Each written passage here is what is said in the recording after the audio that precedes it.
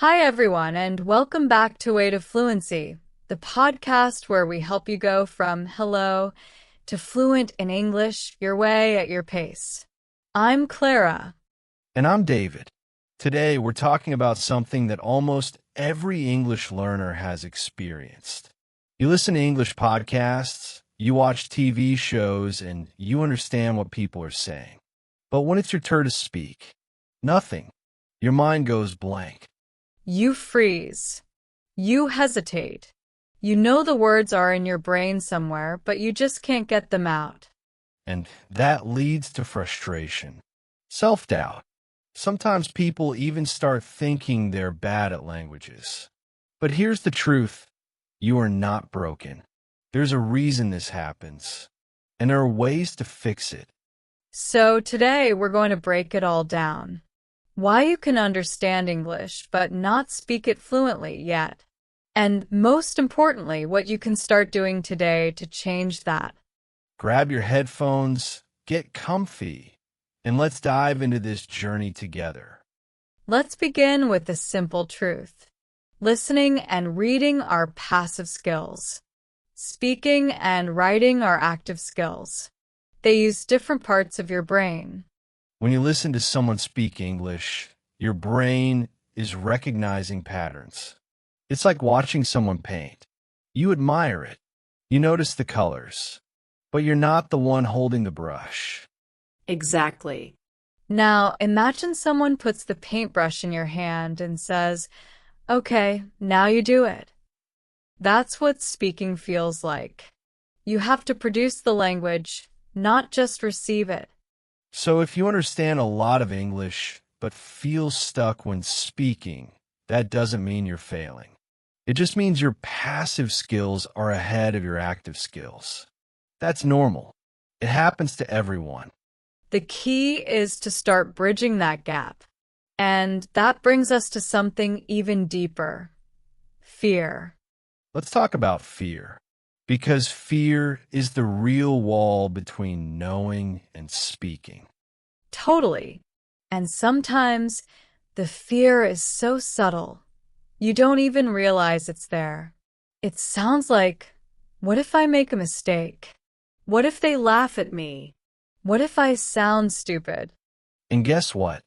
Those thoughts stop you before you even begin. That fear becomes overthinking. Yes. Instead of saying something simple like, "I went to the store," you're thinking, "Wait, should I say I've gone or I went?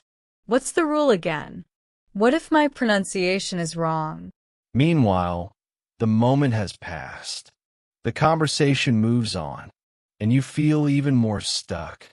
It's like trying to dance while analyzing every move. You get stiff. You lose rhythm. The best thing you can do is shift your goal. Don't aim for perfect grammar. Aim for connection. Right. Fluency isn't about perfection. It's about flow. If people understand you, you're succeeding. And the more you practice, the less fear controls you. Let's be honest. Most learners don't practice speaking enough. And it's not their fault. Speaking practice is hard to find. You can listen to podcasts anywhere, but who can you talk to? Sometimes you feel embarrassed to talk to yourself. Or you wait for a perfect conversation partner. So you just keep watching videos, reading, listening. But here's the truth. If you're not speaking, you're not training your speaking muscles. And yes, speaking is a muscle. The more you use it, the stronger it gets. Even if you're alone, speak out loud. Describe what you're doing. Practice dialogues. Pretend you're ordering coffee or having a job interview. Use your voice. Hear yourself speak English. Feel the words in your mouth. And if you want a technique, look into something called shadowing. It's a great way to practice speaking without needing a partner. We'll talk more about that in another episode. Let's talk about vocabulary. You probably understand a lot of words when you read or listen. But when it's your turn to speak, your brain says, Nope, I got nothing.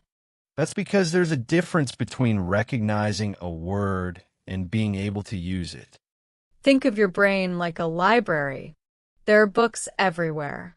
But when someone asks for a specific book, you need to know exactly where it is. And if that word is buried in the back corner of your mind, it'll take too long to find. So, how do you fix that? Use the words. Speak them. Write them. Make personal examples. Let's say you learn the word improve. Don't just read it once. Say it, I want to improve my English. How can I improve my skills?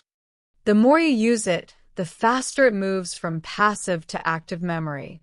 And here's something learners forget. Your brain needs time. Fluency doesn't happen overnight. It's like growing a plant. You water it. You wait. You don't dig it up every day to check the roots. Your brain is forming connections. And every time you practice, you're making those connections stronger. But if you're always judging yourself or feeling like you're not improving fast enough, you interrupt that growth. So please be patient. Celebrate small wins. You understood a new word? That's progress. You had a short conversation? That's growth. If you can understand English, it means your brain already knows the language. Now it just needs help bringing it to the surface. Keep showing up. Keep speaking. Keep believing. All right, let's do a quick recap. Understanding is passive. Speaking is active. Fear and overthinking stop fluency. You need to speak out loud every day. Move vocabulary from passive to active. Trust the process. It takes time. And remember, if you can understand English, you're already halfway there. Speaking is the next step, and you can do it.